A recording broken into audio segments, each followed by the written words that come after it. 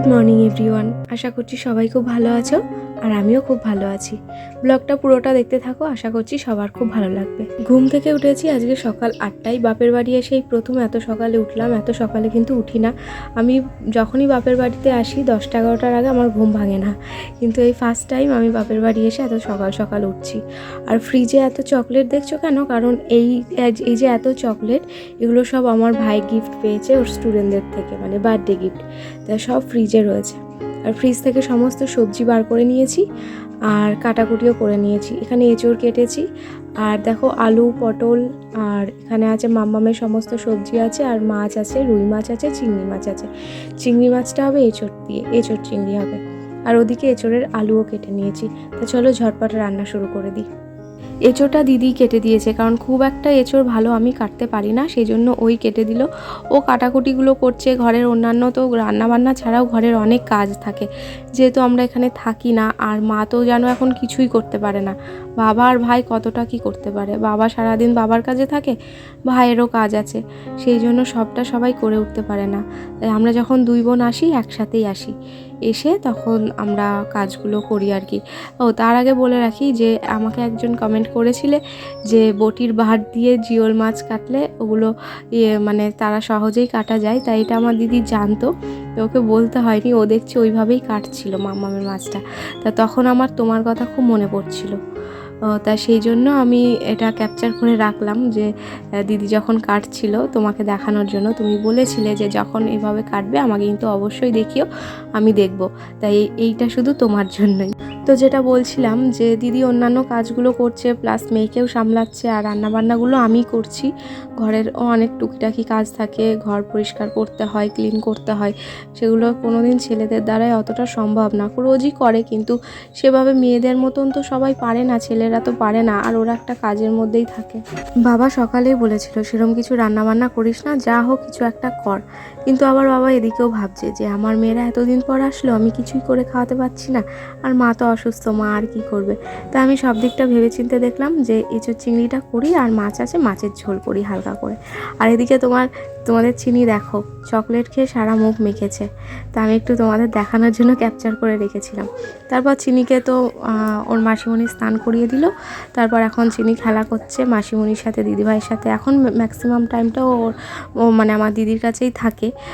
আমি সকালটা একটু রান্নাবান্নার দিকে ব্যস্ত থাকি, সারাদিনই ব্যস্ত থাকি, দিদিও থাকে, আমিও থাকি, কিন্তু মেয়েটাকেও তো একটু সময় দিতে হবে।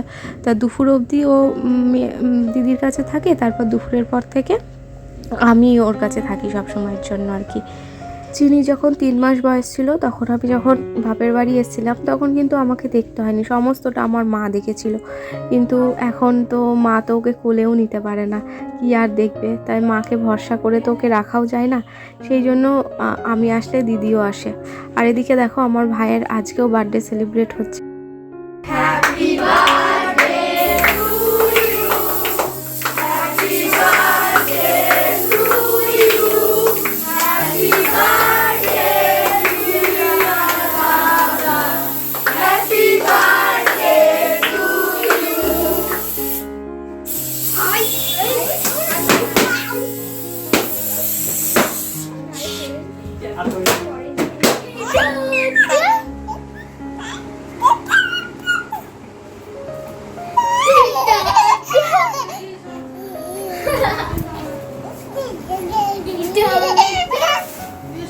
মামামকে খাওয়াবো, মামামের খাওয়ার সময় হয়ে গেছে, আর মাকেও খাইয়ে দিয়েছি। মামামকে খাইয়ে নিয়ে আমরা সবাই খেয়ে নেব। আর আজকে বিকেলে দেখো কেমন ঝড় উঠেছে, চারপাশটা দেখতে পাচ্ছ কেমন কালো হয়ে গেছে, আকাশটা দেখো মেঘে ভরা, আর খুব ঝড় উঠেছিল। প্রত্যেক দিন এই 5টা বাজলেই ঝড় উঠছে আর সব ওলট পালট করে দিচ্ছে।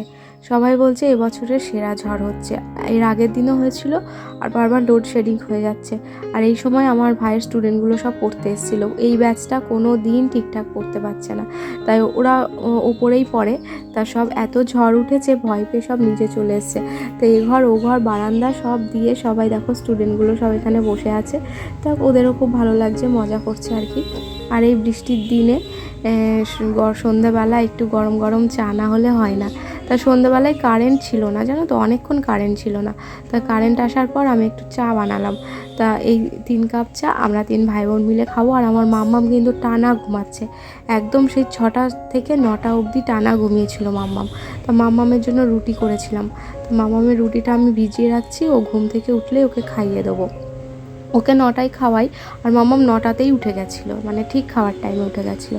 তাই ওকে আমি দুধ রুটি যেটা খাওয়াই সেটা ওকে আজকে দুধ রুটি দিচ্ছি। আগের দিন ওটস দিয়েছিলাম সেই জন্য।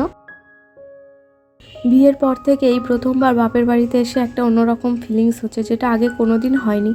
বিয়ের আগে বলে কি পরে বলে কি কোনো দিনই আমি বাপের বাড়িতে মানে কোনো কাজ করতাম না। আগে যখন বিয়ের আগে পড়াশোনা আমার অন্য একটা লাইফস্টাইল ছিল, সেটা নিয়েই থাকতাম। আর তারপর বিয়ের পরেও একটা কোনো দিনই এসে মানে 1 গ্লাস জল নিয়েও কোনো দিন খাইনি, মা কোনো দিন কিছু করতে দেয়নি। কিন্তু এখন সমস্তটা নিজেদেরই করে করতে হয়। মার খুব কষ্ট হয়, মা বলে, মা শুধু করতে চায় কিন্তু মা কিছুই করতে পারে না। মা দেখতেই পারে না যে আমরা কাজ করছি, আমাদের কষ্ট হচ্ছে। মা শুধু শুয়ে শুয়ে দেখে, মাঝে মধ্যে কাঁদে। তাই মাকে কিছু বুঝতে দিই না কষ্ট হচ্ছে বা কিছু।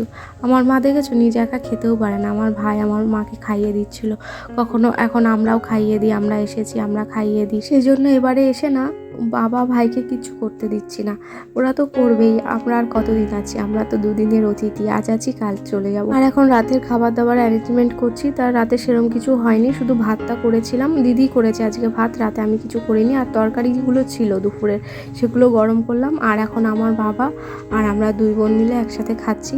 তো বাবা আমাদের সাথে একসাথে বসে খুব খেতে ভালোবাসে।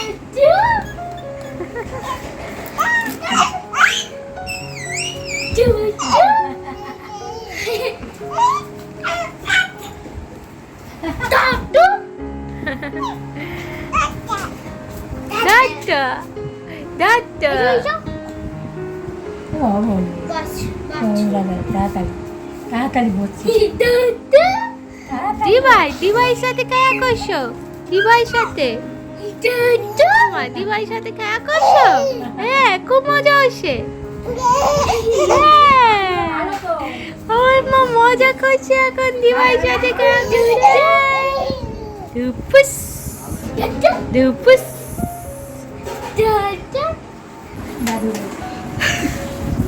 যা খেলা কর, যা যা যা যা খেলা কর, যা।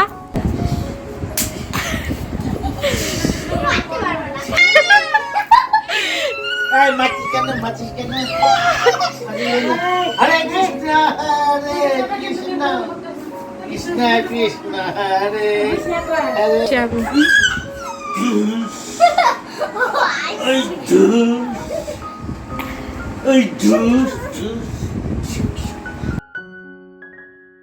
তোমরা তো জানো মাম্মাম প্রতিদিন 2-2:30 না বাজলে ঘুমায় না রাতে। তা এখানে এসে আমার কিন্তু একটুও বোর লাগছে না, কারণ ওরা সবাই জেগে থাকে আমার সাথে। 2-2:30 অবধি, যতক্ষণ না মাম্মাম ঘুমায়, আমার দিদি, আমার বাবা, এমনকি আমাদের ছোটো চুটকিটাও পর্যন্ত জেগে থাকে। মাকে ঘুম পাড়িয়ে দিই, আমার ভাইও জেগে থাকে। তা মাকে আর মানে জাগিয়ে রাখি না, মাকে ঘুম পাড়িয়ে দিই। আর আমরা সবাই মিলে গল্প করি, আড্ডা মারি। করতে করতে যখন মাম্মাম ঘুমায় তখন আমরা সবাই ঘুমাই। তো এখানে এসে ওর রাত জাগাটাও আমরা খুব এনজয় করি। আর শুধু মনে হয় যে মা ঘুমিয়ে পড়লো কেন মেয়ে, তাহলে তো আমাদের আনন্দটাও শেষ হয়ে গেল। আর সারাদিন তো সবাই ব্যস্ত থাকি, যে যার কাজে, দিদি কাজ করে, আমি করি, বাবা বাড়ি থাকে না, ভাইও ভাইয়ের কাজে থাকে। এই যে এই রাত্রিটা মানে এই রাতের খাওয়ার পরের মাম্মাম ঘুমানোর আগে অবধি এই যে এই টাইমটা আমরা সবাই মিলে, এটা আমাদের ফ্যামিলি টাইম। আর তখন বোঝা যায় যে না, বাপের বাড়িতে এসেছি, আনন্দ করছি, খুব মজা করি ওই টাইমটা, খুব মানে নানান রকম কথা নিয়ে। আর এই সময় ভয়েসটা দিতে পারিনি, মানে আসল ভয়েসটা, কারণ এই সময় নানান রকম এত উটকো ব্যাপার নিয়ে আমরা হাসাহাসি করছিলাম, যেগুলো তোমাদের শোনাতে পারি। আজকের ভিডিওটা এখানেই শেষ করছি। সবাই ভালো থেকো, সুস্থ থেকো, আবার একটা নতুন ভিডিওতে দেখা হবে। বাই।